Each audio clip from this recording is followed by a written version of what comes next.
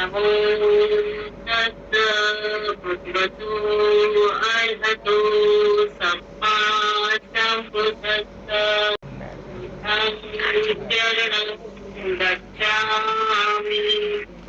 धम्मं शरणं गच्छामि। संघं शरणं गच्छामि। पाणातिपाता वेत्मनि सिक्खापदं समादियामि। दिन्नादाना वेत्मनि सिक्खापदं समादियामि। कामेषु मिथ्याचारा वेत्मनि सिक्खापदं समादियामि। मुक्तावादा वेत्मनि सिक्खापदं समादियामि। सुरामेरय मज्जपमादस्थाना वेत्मनि सिक्खापदं समादियामि। अहं सम्मा सम्बुद्धो विद्याधरं सम्पन्नो सुखदो लोकविदो अन्तरो पुरुषोत्तमं सारथि तथा देवमनुष्याणां बुद्धं नमामि। धम्मं नमामि। संघं नमामि। अहं वन्दामि सर्वदा वन्नगन्धोपेतं एतं कुसुमं सन्ततं पूजयामि मुनिन्दस्य श्रीपादसरोरुहे। गन्धसम्भारयुक्तेन धूपेन सुगन्धिना पूजये पूजनीयन्तं पूजाभाजनमुत्तमम्। सुगन्धिकाय वदन अनन्तगुणगन्धिना सुगन्धिनां वन्देनं पूजयामि तथागतं। बुद्धिस्तेन भूतेन समदन्तिना त्रिलोकदीपं सम्बुद्धं पूजयामि तमोदं। वन्दामि केशयं सब्बं सब्बथानेषु प्रतिष्ठितं शारीरिक धातुमाबोधि बुद्धरूपं सकलं सदा। यस्य मूले निसन्नः सद्भारिविजयं सखा तत्तो सभ्यं सत्ता वन्दे तं बोधिपादपम्। इमे ते महाबोधिलोकनाथेन पूजिता आं पीठे नमस्कामि बोधिराजा। साधु साधु साधु। इमानि धम्मानुधम्म प्रतिपत्त्या बुद्धं पूजयामि। इमानि धम्मानुधम्म प्रतिपत्त्या धम्मं पूजयामि। इमानि धम्मानुधम्म प्रतिपत्त्या संघं पूजयामि। अद्धा इमानि प्रतिपत्त्या जाति जरा मरणं मां परिमुक्तामि। इमिना पुण्यकम्मेन मामे बाल समागमो सत्संग समागमो प्रियावनिर्वाणपत्या देवो वस्तु कालेन तस्य सम्पत्ति हेतु च ईतो भवतु लोको स राजा भवतु गम्यतो। समन्ता चक्रवालेषु अत्र गच्छन्तु देवता सद्धमं मुनिराजस्य शृण्वन्तु सग्मुखदं। धम्मश्रवणकालो अयं भदन्ता धम्मश्रवणकालो अयं भदन्ता धम्मश्रवणकालो अयं भदन्ता।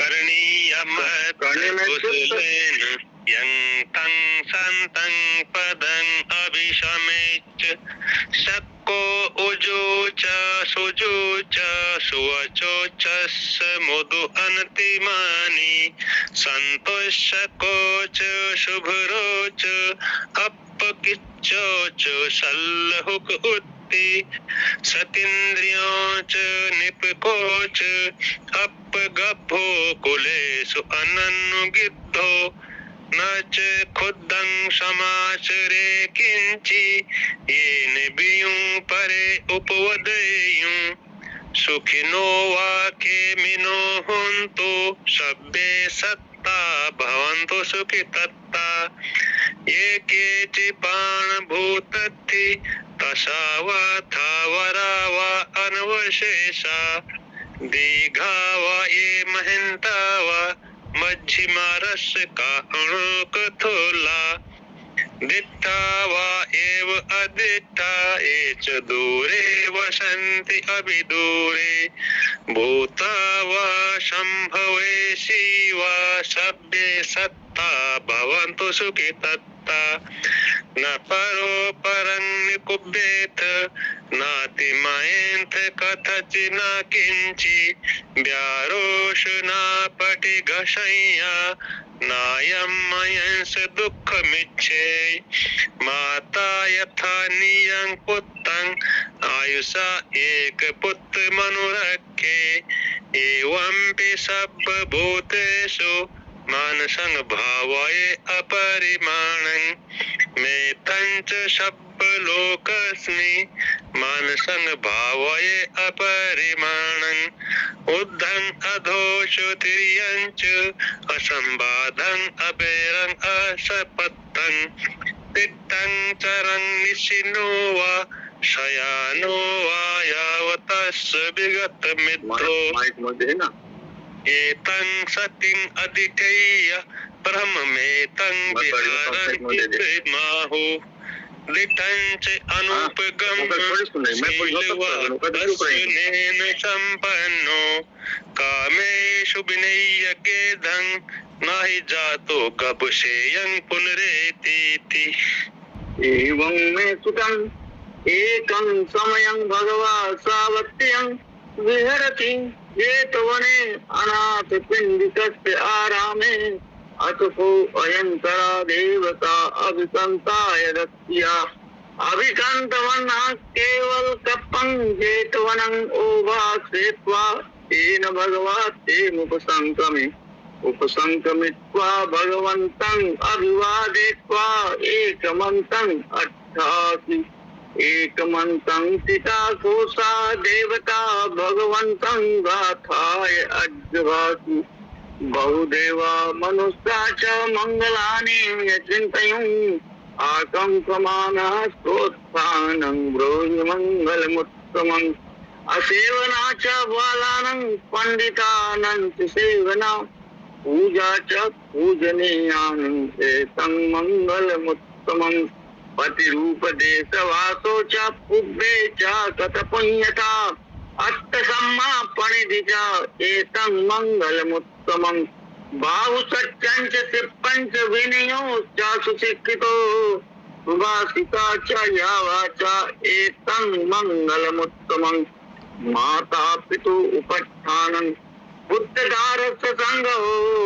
अनाकुला च कम्मन्ता एतं मंगलमुत्तमं दानं च धम्मचर्या च यातकानं च संगो अनवज्रानि सम्मानि एतं मंगलमुत्तमं आरति विरति पापा मद्यपाना च संयमो अपमादो च धम्मेषु एतं मंगलमुत्तमं गारवो च निवातो च संतुष्टि च कृतज्ञता कालेन धम्मश्रवणं एतं मंगलमुत्तमं खन्ति च सोवचस्तता श्रवणानं च दर्शनं कालेन धम्मसाकच्चा एतं मंगलमुत्तमं तपोस ब्रह्मचर्यं च आर्य सत्यान दर्शनं निब्बाण सत्य क्रिया च एतं मंगलमुत्तमं उतस्त लोक धम्मे चित्तं यस्तना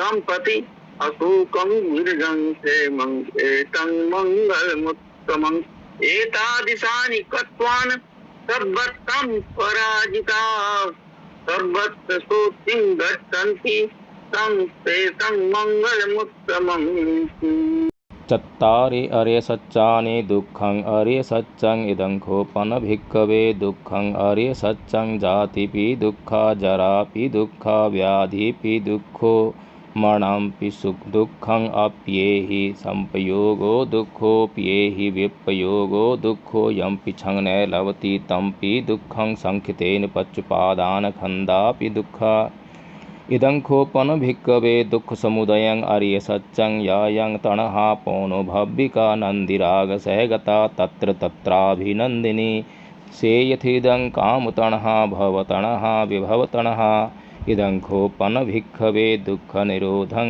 अर्यसत्यं यो तस्सायेव तणाः अशेषविरागनिरोधो चागोपटी निस्सगो मुति अनालयो इदं भिक्खवे दुःखनिरोधगामिनी पटिपदा आर्यसत्यं अयमेव आर्यो अट्ठङ्गिको मग्गो सेयथिदं सम्मा दिट्ठि सम्मा संकप्पो सम्मा वाचा सम्मा कम्मन्तो सम्मा आजीवो सम्मा वायामो सम्मा सति सम्मा समाधि अविद्यापच्या संखारा संखारापच्या विज्ञान विज्ञानपच्या नामरूपं नामरूपपच्या क्षण आयतनपच्या फस्सो फस्सपच्या वेदना वेदनापच्या तणहापच्या उपादानोपादानपच्या भवो भवपच्या जातिपच्या मरणं शोकपरिदेव दुःख दो मनस्य पायासा संभवन्ति एवं एतस्य केवलस्य दुःखखण्डस्य समुदयो होति।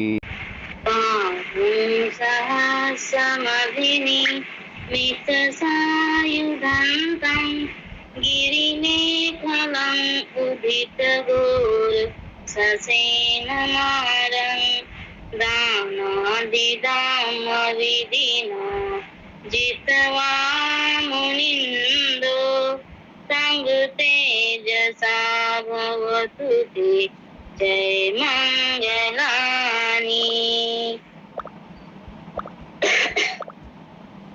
मारातिरेकमभियु जित सबरन्तिं घोरं पनालवकमघ मदत्तयगं कन्ति सुधन्तविधिना जित्वा मुनिन्दो संगतेजसा भवतु ते जय मंगलानि। पुष्प का बरसात करें, जब मंगलानी बोला जाए तो पुष्प की वर्षा किया जाए। नालागिरिं गजवरं अतिमात्तभूतं दावकीचकमसनीय सुधारुणन्तं मेत्तं भूषेकविधिना जित्वा मुनिन्दो संगतेजसा भवतु ते जय मंगलानि। उखितखगमतिहत सुधारुणन्तं धावन्ति योजनपथम् अङ्गुलिमालवन्तम् इति विसङ्खतमनो जित्वा मुनिन्दो संगतेजसा भवतु ते जय मंगलानि। कट्वानकटमुदरम् इव गभीनीया चिञ्चाय दूतवचनं जनकाय मचे सन्तेन सोमविधिना जित्वा मुनिन्दो संगतेजसा भवतु ते जय मंगलानि।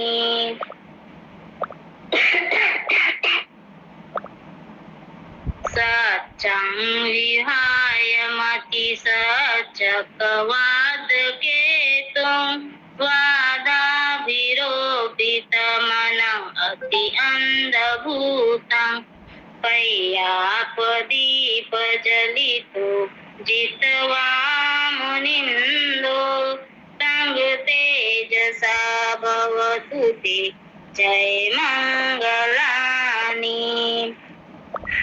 नन्दोपनन्द भुजगं ईर्धं महितिं पूतेन थेरभुजगेन समापयन्तु हितोपदेशविधिना जित्वा मुनिन्दो तङ्गतेजसा भवतु ते जयमङ्गलानि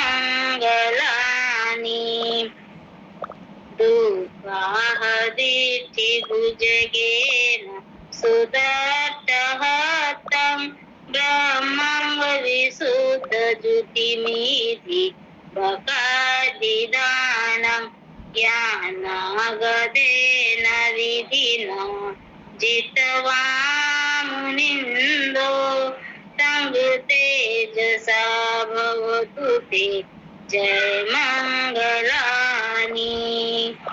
एतापि भूतजय मंगल अर्थगाता यौवाचको दिन दीने सरते मदन्ति हितवाननेकविधानि चुपदवानि मोक्षं सुखम् अधिगमे धरो सफयो।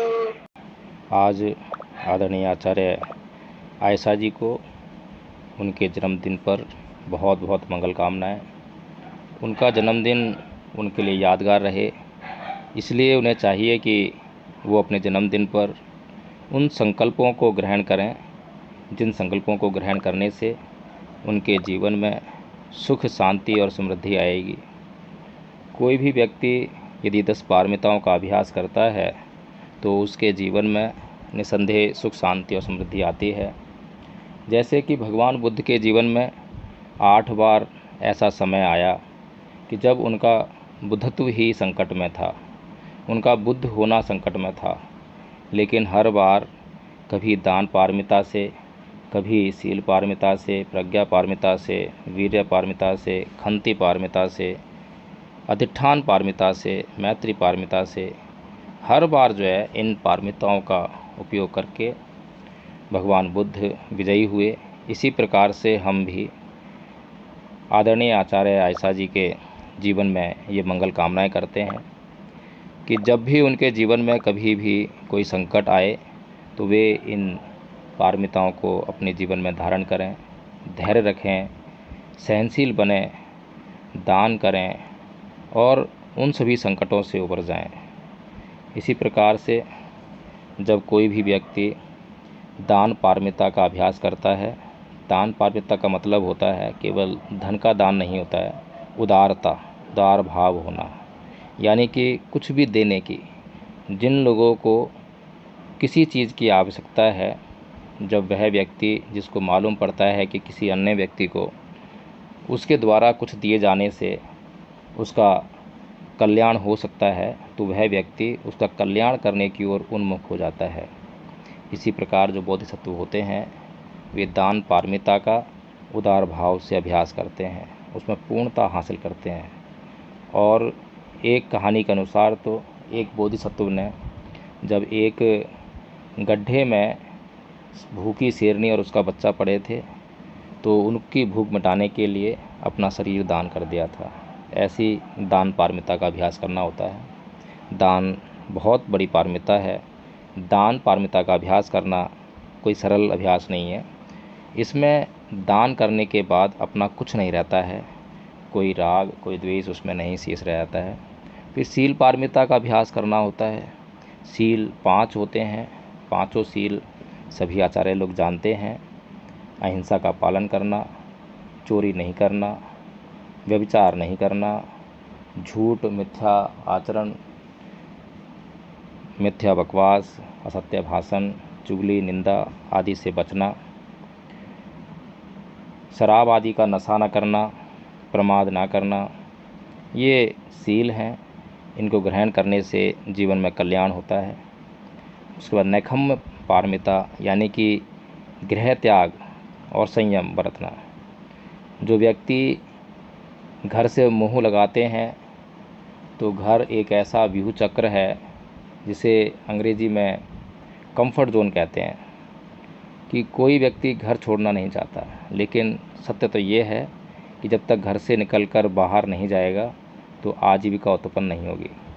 इसी घर को छोड़कर बहुत बड़े बड़े महान लक्ष्य लोगों ने हासिल किए हैं। तो ये नैखम पारमिता है, ये बहुत महत्वपूर्ण है। फिर प्रज्ञा पारमिता, प्रज्ञा यानी कि ज्ञान की मूलता को प्राप्त करना, मूल ज्ञान को प्राप्त करना। हमारे पास जो ज्ञान है उसको जो है हम किस प्रकार से अपने लाभ के लिए, दूसरों के कल्याण के लिए उसको लगा सकते हैं, उसका इस्तेमाल कर सकते हैं, तो इसका हमें ध्यान रखना चाहिए। वीर्य पारमिता यानी कि पुरुषार्थ, परिश्रम, और हमें प्रत्येक कार्य को जो है पूरे परिश्रम के साथ करना चाहिए। खंति पारमिता, धैर्य, सहनशीलता यानी कि दूसरों को क्षमा करने की जो पारमिता है बहुत महत्वपूर्ण है। किसी से कुछ गलती हो गई तो गलती करने के बाद अभी जो हमारा स्वभाव है, दूसरों पर बरस पड़ने का स्वभाव है, दूसरों पर क्रोध करने का स्वभाव है, बल्कि वहाँ पर जो है सहनशीलता और धैर्य के साथ हुए नुकसान की भरपाई कैसे की जा सकती है, मैं स्वयं उसकी भरपाई कर सकता हूँ या फिर दूसरे लोग कर सकते हैं, उसकी संभावनाओं की तलाश की जानी चाहिए और जो नुकसान हुआ है उसको हमें सहन करना चाहिए। सच बोलने की पारमिता, किसी भी सूरत में जहाँ तक संभव हो सके, क्योंकि गृहस्थ लोग हैं इसलिए जहाँ तक संभव हो सके वहाँ तक सत्य ही बोलना है, असत्य बिल्कुल नहीं बोलना है।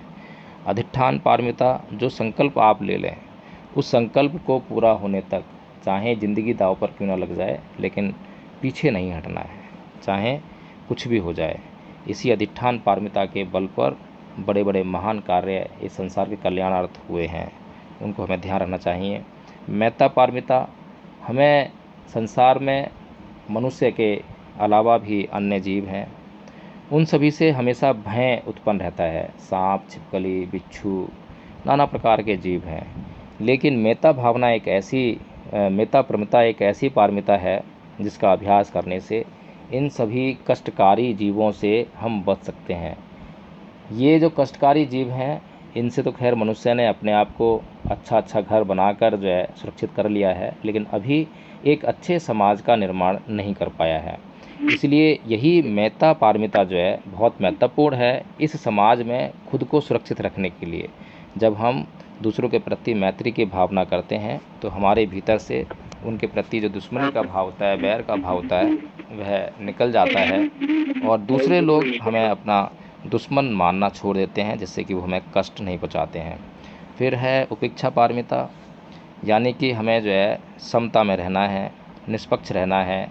कभी भी जो है राग उत्पन्न हो तो उसकी उपेक्षा करनी है, द्वेष उत्पन्न हो तो उसकी उपेक्षा करनी है, घृणा, कोई भी भाव जो समता नहीं है उसकी हमें उपेक्षा करनी है, समता को पहचानना है और समता का अभ्यास करना है। इन सभी गुणों को आदरणीय आचार्य आयसा जी अपने जीवन में धारण करें और यहाँ से जो है एक मील का पत्थर साबित हों अपने जीवन में। समाज उनको आदर सम्मान दे और उस आदर सम्मान को पाकर वे अपने जीवन में महानतम लक्ष्य को हासिल करें। इन्हीं सब मंगल कामनाओं के साथ फिर से उनको जन्मदिन की बहुत बहुत हार्दिक मंगल कामनाएं।